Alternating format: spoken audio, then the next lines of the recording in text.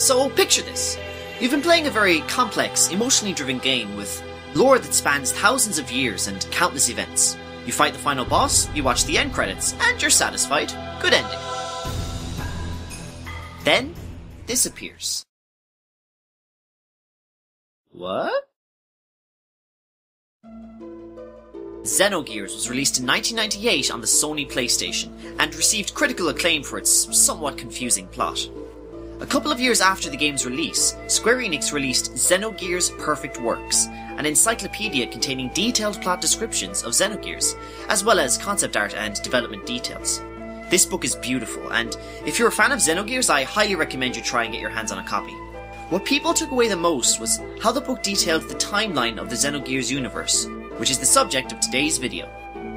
Xenogears is part 5 in a 6-part epic drama envisioned by Tetsuya Takahashi, his wife Kaori Tanaka, and Masato Kato, the man primarily behind the plot and script of the Chrono games. Initially proposed as a script for Final Fantasy VII, the game instead was developed with much more creative freedom and, sadly as most people have experienced, less resources. So, it makes sense to start with part 1, right? We'll get right to it, but before we begin, just one note on Xenosaga. While the Xenosaga series shares very similar elements to Xenogears, and can be said to have taken part in the part 1 of the Xenogears timeline, for the sake of this video, I won't be mentioning anything Xenosaga related. Okay, let's begin.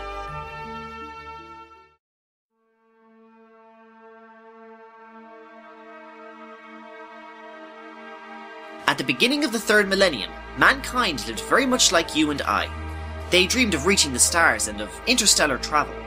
In the year 2001 AD, scientists announced to the world of the existence of an object they first referred to as the MAM, meaning Magnetic Abnormal Matter. This object was dated back to before the beginning of the universe, but seemed artificial in nature. The announcement of this object's existence caused some to conclude that this was proof of God. Scientists working on analysing the object came to call it the Zohar. Hundreds of years later, with the technology to take to the stars and colonise another planet, the inhabitants of Earth set up an emigration plan for the coming years. This eventually led to the abandonment of Earth, now named Lost Jerusalem. Humanity drifted through space for 250 years until they settled down on another planet known as Neo Jerusalem. From this new planet, humanity would expand its empire for thousands of years to come. Humanity developed its scientific knowledge greatly, but their spiritual expansion had not progressed that much. An interstellar war was waging between the various colonies that now existed in the system. The Zohar is rediscovered after thousands of years of lying dormant on a ship from the initial fleet that departed the Earth.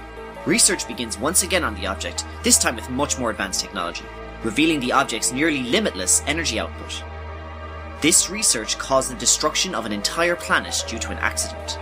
This in turn causes the war to intensify, and so the scientists of Neo Jerusalem create the Kadamoni, a biological supercomputer capable of creating artificial conscious life with the help of the Zohar. They also create a sentient computer they name Deus, which uses the Zohar as its main power source. Soon after this, the Zohar manages to trap a divine being from another dimension inside of it, the Wave Existence. This development literally grants Deus unlimited power. Deus is put to use in the war and quickly rampages out of control, causing death and destruction not previously seen on such a scale. It is decided that Deus is to be decommissioned and sent to another planet. Deus is placed on a ship known as the Eldritch. This ship also carries with it refugees from the war, hoping to find a new home. During the Eldritch's voyage, Deus awakens and begins taking over the ship. Initially during the takeover, it plans a course for Lost Jerusalem, aka Earth. But before this, the ship's captain Shigeyoshi Inoi activates the self-destruction sequence, causing the ship to blow up above a planet devoid of any intelligent life. Deus manages to manipulate the Zohar and the Kadamoni to land safely on this new planet, while Deus itself crashes with the ship into the sea.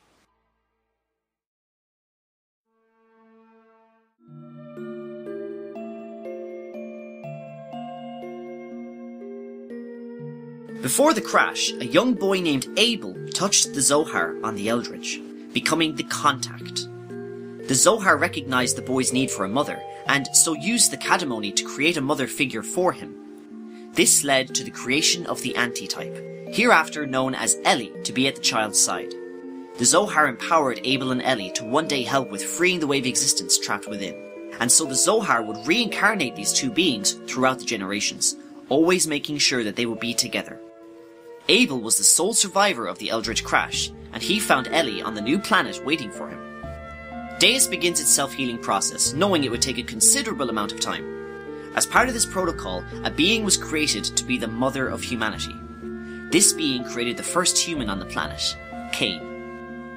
She also gave birth to the Gazel Ministry, who would help Cain with controlling the planet and the eventual new humanity that they would create. A special being known as Miang was created to assist Deus in his healing process, more specifically with gathering biological and mechanical parts. Miang is more of an idea than an actual person. Every woman born on this planet will have the genetic capabilities of becoming the next Miang. When the current Miang's body dies, she is awakened in a new body to continue her mission. Her main objective is to brainwash humanity. This means convincing the humans to reproduce, eat meat, work, pray to false gods, keep the world at war, and never let the humans get to a stage of excelled intelligence. Deus needs a constant supply of humans to heal itself, so a species that's in limbo is key to this. Cain and the Gazel Ministry begin their plans to enslave their new humanity. Years after the Eldritch crash, the now adult Abel and Ellie confront Cain and his followers. Calling Cain a liar and professing to be the only true human, Abel sees what could happen to the planet. Cain responds by murdering both Abel and Ellie. Thanks to the Zohar, however, they won't be gone for long. Cain felt a tremendous amount of guilt for killing Abel and Ellie, and in a sense broke free of his programming by Deus. He now felt a tiny bit of compassion for the humans, which would later influence the direction of humanity.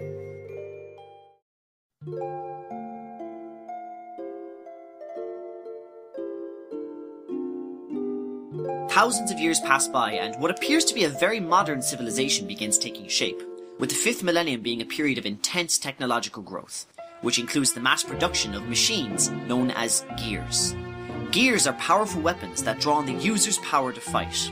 What's interesting is that gears are also found from the ruins on the Eldritch crash, hinting that the previous civilization had built them too. Cain and the Ministry are still pulling the strings from behind the scenes, and are concerned that humanity may be getting ahead of themselves. With much of the population suddenly becoming prone to genetic disease at the beginning of the 6th millennium, it is feared that these humans will be insufficient as sacrifices to Deus. The Miang of this era awakens his twin sisters, and using their connection is able to manipulate the government of the advanced city of Zeboim to assist in the self-destruction of humanity.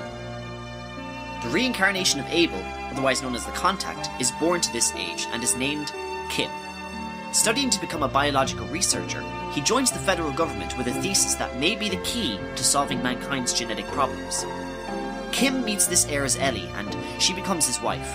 He intends to use nanomachines to help repair cellular data, and begins researching nanomachine colonies, especially after discovering that Ellie cannot give birth. Around this time there is much talk of an all-out nuclear war, mostly due to Miang's influence. A rebellion militia recruits Kim, and he helps them with the creation of Esmeralda, a nanomachine colony that may hold the key to humanity's genetic woes. Before Kim and Ellie get the child they always dreamed of raising, they are interrupted by government forces. Ellie is killed, and Kim locks himself away with Esmeralda, being lost to history forever.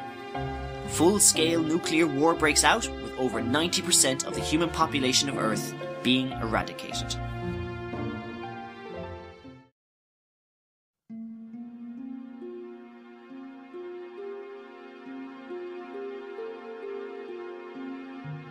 Cain and the Gazel Ministry have been playing their game for thousands of years now. Finally, in the 9000s, it is determined that humanity is at the point at which it can be sacrificed to Deus. With this in mind, Cain founded the floating city of Solaris, a futuristic paradise with advanced technology and a class system similar to our own. Miang does not agree and thinks that humanity is not ready just yet. Discrimination begins to take place, with the Solarians referring to themselves as enlightened, while the surface dwellers are merely lambs. Part of Solaris is the Soylent System, a slaughterhouse that turns these lambs into wells, monsters that appear to be brain dead.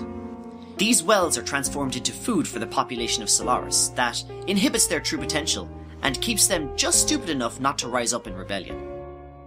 Solaris aids in setting up an institution on the surface known as the Ethos, a religious group that conducts regular excavations in the hopes of finding gears. It preaches of the cleansing of the wells and the goodwill of the lambs, but really is just another control mechanism by Solaris. Around this time, certain lambs begin exhibiting the ability to use ether, a special power not unlike magic. In response to Solaris, another floating city known as Shivat was founded by the survivors of Zeboim, as well as former Solaris inhabitants who broke free. Together with other nations such as Nisan, who have their own religious ideologies, they form the Anti-Solaris Alliance and declare war on Solaris. Shivat were allies with the Lambs and did not agree with what Solaris was doing. Before the war broke out, a few key characters of the war were born. First of which was Krelian, born in the land of Nimrod on the surface.